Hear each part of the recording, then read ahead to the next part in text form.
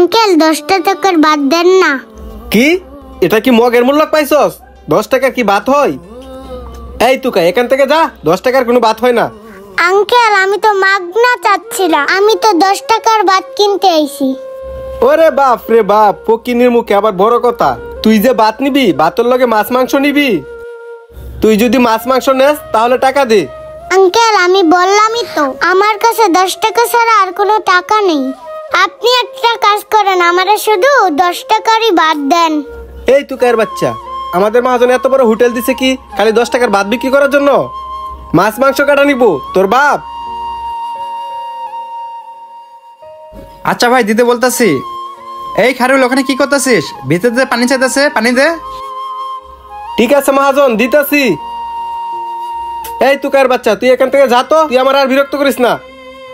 Uncle ওই যে আপনার মহাজন, আপনার মহাজনকে বলেন সে আমাকে 10 টাকার বাদ দিবে। কি আমার মহাজনকে বলবো?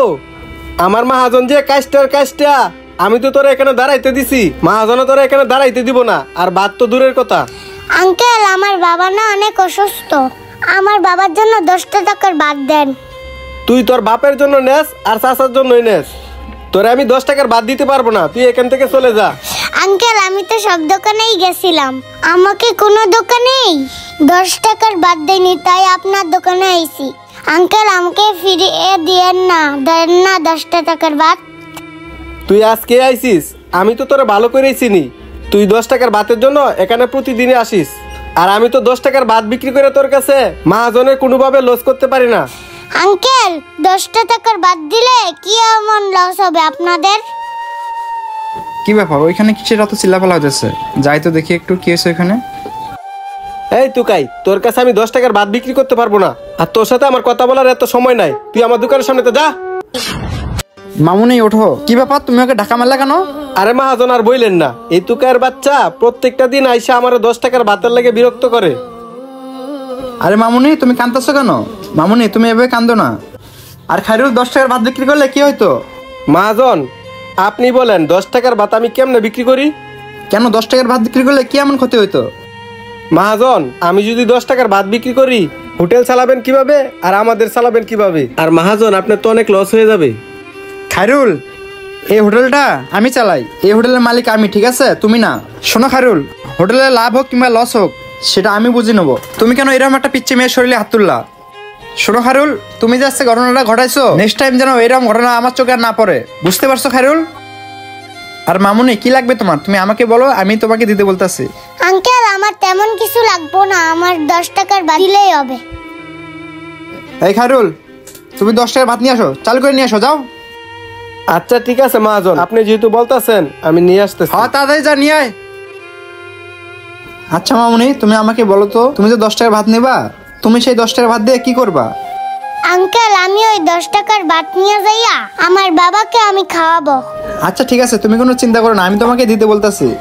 এই খাইরুল তুমি একটা ডিম দিও, ভাজি দিও, আর একটা মাছ দিও ভাতের লগে। না না আঙ্কেল আমার কাছে এত টাকা নাই, আমাকে এত কিছু দিতে হবে না, আমাকে শুধু 10 টাকার বাদ দিলেই হবে। আরে মামুনি টাকা নিয়ে তুমি কোনো চিন্তা করো না, এই টাকা তোমার দিতে হবে না। আঙ্কেল আপনি দিলেও আমি নিব না, আমার 10 টাকার ভাত হলেই চলবে। আচ্ছা ঠিক আছে, খাইরুল শুধু 10 টাকার ভাতে দিও। আচ্ছা মহাজন দিতাছি। আর মামুনি তোমার হাতটা দেখি তো, ব্যথা পাওনি তো? ওষুধ কিনে দেবো? না না আঙ্কেল আমাকে ওষুধ কিনে দিতে হবে না।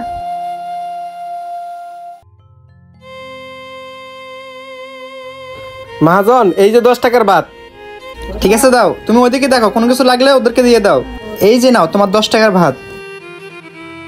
আঙ্কেল এই যে আপনার 10 টাকা,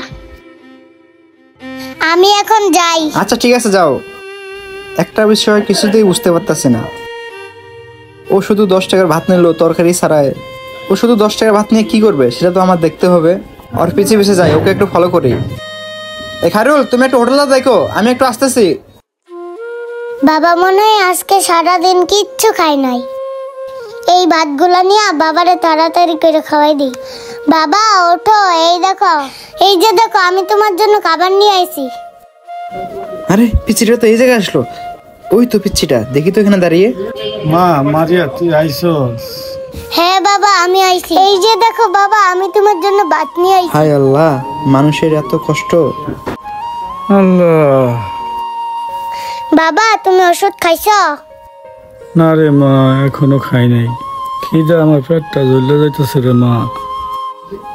হায় রে আল্লাহ, আমরা না কতই খাবার অপচয় করি, আর এই লোকটার ক্ষুধার জ্বালায় নাকি পেট জ্বলে ঘুরে যাইতেছে। আল্লাহ, আজকে এমন করুণ দৃশ্য দেখতে হবে এটা আমি কখনো ভাবতেই পারিনি। মা রে, আমার একটু খাওন দে, আমি আর পারতাছি না রে মা। আমার জন্য কোনো খাবার জোগাড় করতে পারছিস রে মা?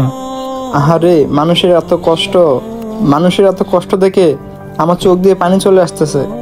মানুষ কিভাবে এত কষ্ট করে জীবন যাপন করে, আল্লাহ এদের কষ্ট দেখে আমার নিজেরই বুকটা ফিরে যাচ্ছে। হ্যাঁ বাবা, এই যে দেখো শুধু ভাত নিয়ে আইছি, তরকারি আনতে পারিনি। তুমি বসো, আমি তোমাকে খাওয়াই দিতাছি। বাবা তুমি বসো, আমি ভাতগুলো পলিথিন থেকে বের করে নি। মামুনি। আঙ্কেল আপনি? হ্যাঁ আমি। আপনি এই গরিবের বাড়িতে কি মনে করে? দেখ রে মা, কারো শরীরে ধনী গরিব লেখা নেই। তোমাদেরকেও যে আল্লাহ সৃষ্টি করেছে, আমাকেও সেই আল্লাহ সৃষ্টি করেছে। আমি তোমার এই করুণ অবস্থার কথা শুনে তোমার পিছু পিছু তোমার বাসা পর্যন্ত আসছি। এসে যা দেখলাম তোমার বাবার যা অবস্থা, আল্লাহ। আল্লাহ না করুক এই সময় যদি তোমার বাবার কিছু একটা হয়ে যায়, তাহলে তোমাকে কে দেখাশোনা করবে? আর ভাইজান, আপনার শরীরের অবস্থা এখন কেমন লাগতেছে? ভাই গো, শরীরের কথা আর কি বলবো, আমি মনে হয় আর বাঁচবো না। বাবা তুমি কি বলতেছো? আল্লাহ তোমাকে সুস্থ করে দেবে। তুমি এসব কি বলতেছো বাবা? তুমি কোনো চিন্তা করো না, আমি আছি না, আমি তোমার কিচ্ছু হতে যাব না। আমি তো তোমার মেয়ে, এখনো বেঁচে আছি। ভাইজান, আপনার মেয়ে ঠিকই বলছে, আপনি কোনো চিন্তা করেন না। আমি আপনাদের একটা দায়িত্ব নিতে আইছি। মানে ভাইজান, আপনি সহ আমি আপনার মেয়ের দায়িত্ব নিতে চাই। তবে ভাইজান, আপনি বিশ্বাস করেন, আমি আমার নিজের মেয়ের মতো করে, মানুষের মতো মানুষ করে গড়ে তুলব। আর আপনি যেভাবে চাইবেন ওকে আমি সেভাবেই গড়ে তুলব। ভাই গো, আপনি হলেন বড় লোক মানুষ, এই গরিব মায়েরা আপনার কাছে যে কি করব? বরংস আপনার সুন্দর বাড়িঘরটারে নোংরা করে ফেলাইবো। সেই ভালো মেয়েটা আমার কাছেই থাকুক। আরে ভাইজান, আপনি এসব কি বলতেছেন? কে ধনী কে গরিব আল্লাহ পাক কি কারো শরীরে লিখে দিছে? ভাইজান শোনেন, আমি যেমন মাটির মানুষ, আমার বউটাও ঠিক তেমনই মাটির মানুষ। আর একটা কথা ভাইজান, আমাদের বিয়ের 7 বছর হয়ে গেছে, এখন পর্যন্ত আমরা কেউ সন্তানের মুখ দেখতে পারিনি। তবে ভাইজান, আমি আপনাকে কথা দিতেছি, আপনার মেয়েকে আমি চিরদিনের জন্য নিয়ে যাব না। আপনি যতদিন পর্যন্ত না সুস্থ হয়েছেন, ততদিন পর্যন্ত আপনার মেয়ে আমার কাছে ভালোভাবেই থাকবে। আর আপনার যত ধরনের চিকিৎসা লাগুক না কেন, আমি আপনাকে করাবো। আর হেলথ মুহূর্ত ওই উপর আল্লাহর হাতে। পানি। আরে কি ব্যাপার, ভাইজান থেকে পানি পানি করতেছে না? বোতলটা নিয়ে ভাইজানকে একটু পানি খাওয়াই দিই। ভাইজান এই যে পানি নেন, ভাইজান আপনি পানিটুকু খেয়ে নেন। ভাইজান, ও ভাইজান, ভাইজান। আব্বু, আব্বু তুমি পানি খাবা না? তুমি কথা বলতেছো না কেন? আঙ্কেল, আঙ্কেল বাবা কথা বলতেছো না কেন? আমার বাবার কি হয়েছে? আল্লাহ, এটা কি হয়ে গেল? আঙ্কেল বাবাকে একটু তুলে দেন, আমার বাবার খুব খিদা লাগছে, আমি বাবাকে ভাত খাওয়াই দিব। হে আল্লাহ, তুমি ওনাকে মাফ করে দিও। আঙ্কেল বাবা কথা বলতেছে না কেন? বাবার কি হয়েছে? বাবা, বাবা তুমি কথা বলো। বাবা